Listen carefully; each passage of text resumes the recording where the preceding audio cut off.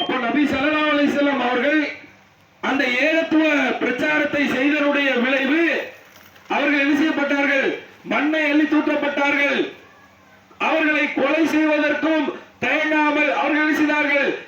நபியல்லாஹு ஸல்லல்லாஹு அலைஹி வஸல்லம் அவர்களையும் அவருடைய உற்ற தோழர் அபூபக்கர் சித்திக் ரலியல்லாஹு அவர்கள் செய்தார்கள், பின்தொடர்ந்து சென்றார்கள்.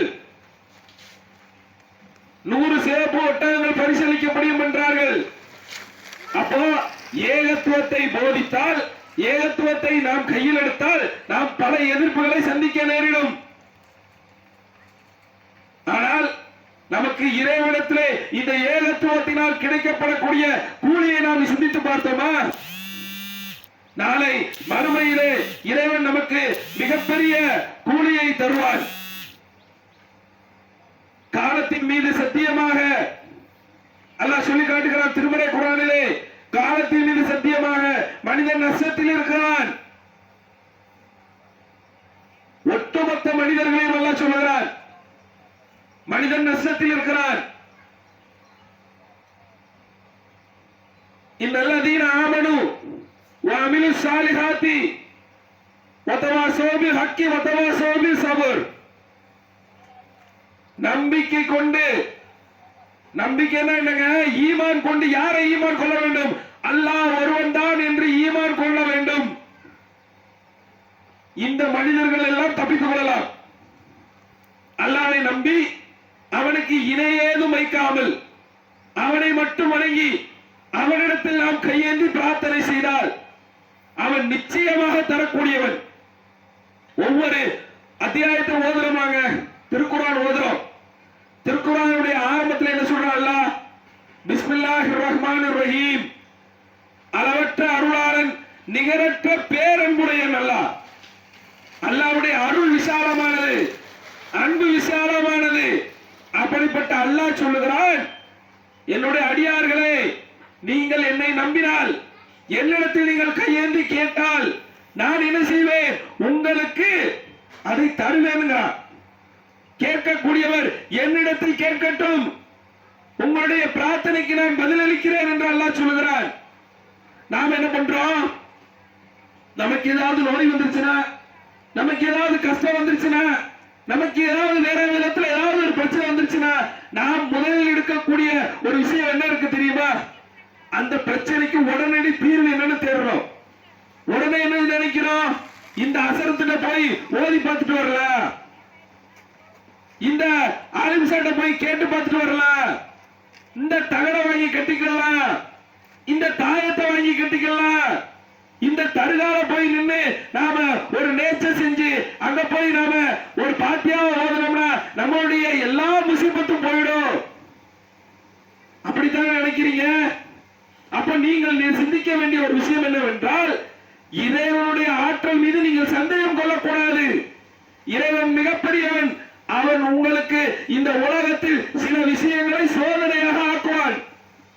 உங்களுடைய பிள்ளைகள், உங்களுடைய செல்வங்கள், இது எல்லாம் சோதனை. அல்லாஹ் உங்களை இந்த உலகத்துல கலிமா சொன்ன உடனே, ஏகத்துவத்தை ஏற்றுக்கொண்டவுடன் உங்களுக்கு சொர்க்கத்தை தந்து விடுவேன் என்று சொல்லவில்லை. இந்த உலகத்தை ஒரு சோதனை களமா வச்சிருக்கிறார் அல்லாஹ். பல விஷயங்கள்ல நாம சோதிச்சு ஒரு பொருளை வாங்குவோம். உலக விஷயத்துல கூட நாம ஒரு பொருளை வாங்குகிறோம், கடை வீதிக்கு செல்லுகிறோம். தங்கமோ மற்ற வேறு எந்த பொருளையும் வாங்கினாலும் அந்த பொருளினுடைய தரத்தை நாம் ஆய்வு செய்வோம். இது சரியான, இது கரெக்டா இருக்குதா என்று அந்த பொருளினுடைய தரத்தை நாம் ஆய்வு செய்வோம். ஆனால் நம்மை படைத்த இறைவன், இவன் கலிமா சொல்லிவிட்டான், இவன் ஏகத்துவத்தை சொல்லிவிட்டான், இவனுடைய ஈமானுடைய தன்மை என்ன என்பதை சோதிப்பதற்காக சில கஷ்டங்களை கொடுப்பான் அல்லாஹ். பொருளாதார நெருக்கடி வரலாம், நோயால் சோதிப்பான், பயத்தால் சோதிப்பான், பல்வேறு விடங்களிலே அல்லாஹ் சோதிப்பேன் என்று அல்லாஹ் திருமறை குர்ஆன்ல சொல்லுகிறான். இப்படி சோதனைகள் வரும்போது, இறைவா நான் உன்னையே சார்ந்திருக்கிறேன் என்று நாம் சார்ந்திருந்தால் நம்முடைய வெற்றி என்பது இந்த உலகத்திலும் மிகப்பெரியதாக இருக்கும். நாளை மறுமையிலே மிகப்பெரிய ஜன்னத்துல் ஃபிர்தௌஸ் என்று சொல்லக்கூடிய சொர்க்கத்தை இன்ஷா அல்லாஹ் நமக்கு அல்லாஹ் தருவான்.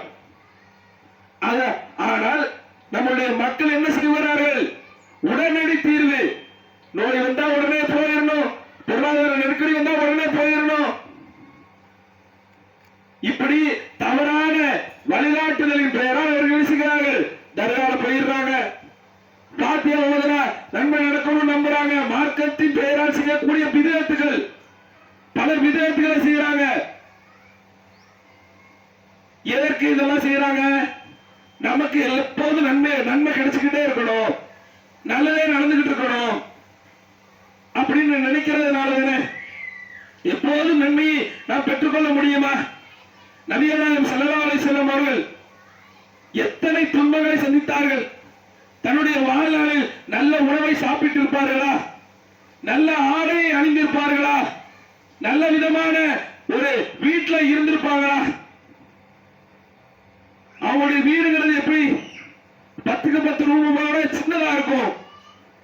பகல்ல ஒரு போர்வை மாதிரி ஒரு பாய் தான் இருக்கும், அதுதான் கதவாக தொங்கும்.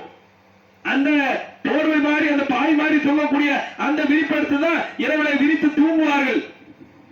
பகல்ல கதவு அதுதான், நைட்டு படுக்கிறதுக்கு அதான் விரிப்பு.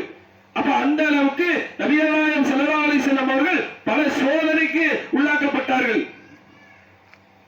மக்கால இருக்கும்போது ஏகத்துவ பிரச்சாரம் செய்வதற்கு முன்பு செல்வ சீமாட்டி ஹதீஜா ரலியல்லாஹு அவர்களை திருமணம் செய்யும் போது நபி ஸல்லல்லாஹு அலைஹி வஸல்லம் இடத்திலே இல்லாத பொருளாதாரமா? ஆனால் கொள்கை பிரச்சாரம் ஏகத்துவத்தை ஏற்றுக்கொண்ட பிறகு இறைவன் சில சோதனை மூலம் சோதித்தான். அதற்காக கொள்கையை விட்டு தரம் பொருளாமா? இன்னும் பல உயிரிழப்புகளை சந்தித்தார்கள். பேர குழந்தைகள் மௌத்தா போறாங்க, தன்னுடைய குழந்தைகள் மௌத்தா போறாங்க. இப்படி பல உயிரிழப்புகளை நபிகள் நாயகம் ஸல்லல்லாஹு அலைஹி வஸல்லம் அவர்கள் சந்தித்த போதும் அவர்கள் இந்த ஏகத்துவத்தை விட்டுட்டு போயிட்டாங்களா? இன்னைக்கு நம்ம வீட்டுல நோய் வந்துட்டா தடுமாறுறோம், உயிரிழப்பு வந்துட்டா தடுமாறுறோம். தடுமாற்றத்தினுடைய விளைவு கொள்கையில் இருந்து தடம் புரண்டு நீங்கள் என்ன செய்கிறீர்கள்? தர்காவிடத்திலோ அல்லது இறந்து போன அவளியாவிடத்திலிருந்து போய்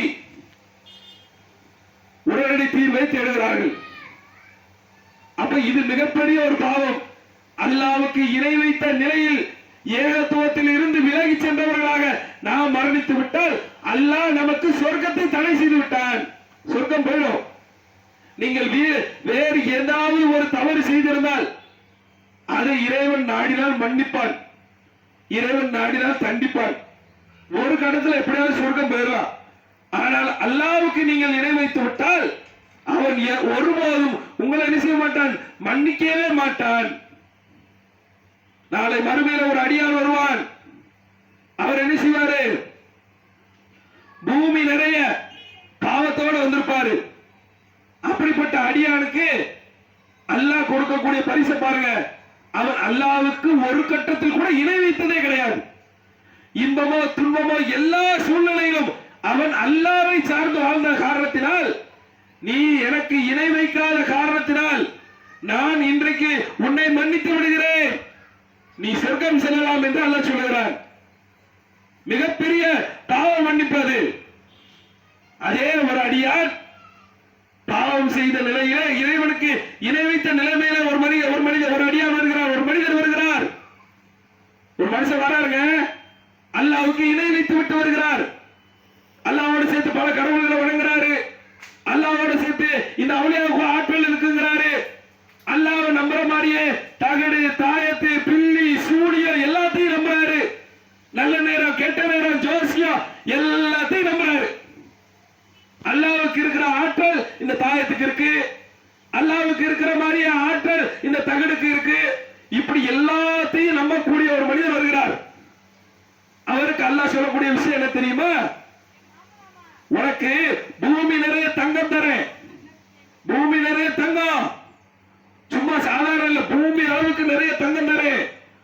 இதையெல்லாம் ஈடாக கொடுத்து விட்டு, இதையெல்லாம் ஈடாகனா என்ன, அங்க இருக்கக்கூடிய சூழல் அப்படி இருக்குது, நெருக்கடியான நரகமா சொர்க்கமா என்ற நிலைமையில் இருக்கும் போது இதையெல்லாம் ஈடாக கொடுத்து விட்டு நீ சொர்க்கத்துக்கு போறதுக்கு தயாரா இருக்கியான்னு கேட்கிறாங்க. அப்ப அல்லாஹ் சொல்றான், இதை விட எளிமையான ஒன்றை தரப்ப உலகத்துல நான் அவன்கிட்ட கேட்டேன். என்னது? எனக்கு இணை வைக்காமல் இருந்தால் இன்னைக்கு நான் உன்னை மன்னிச்சிருப்பனா இல்லையா? அதனால உனக்கு பாவ மன்னிப்பு கிடையாது, நீ இப்போ நரகத்துக்கு போன்றுவாள். மறுமையில் போய் இவ்வளவு கை சேதப்படணுமா?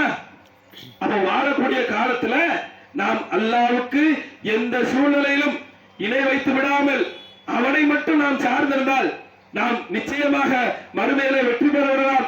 பல நபிமார்கள், பல நபி தோழர்கள் தியாகம் செய்ததெல்லாம், உயிரை விட்டதெல்லாம், பொருளாதாரத்தை இழந்ததெல்லாம் காரணம் ஒன்றேதான், ஏகத்துவ பிரச்சாரம். உலகமெங்கும் போக வேண்டும், உலகமெங்கும் பரவ வேண்டும், வணக்கத்திற்கு தகுதியானவன் அல்லாஹ் ஒருவன் தான் என்ற கொள்கையை பறைசாற்ற வேண்டும் என்பதற்காகத்தான் உழைத்தார்கள்.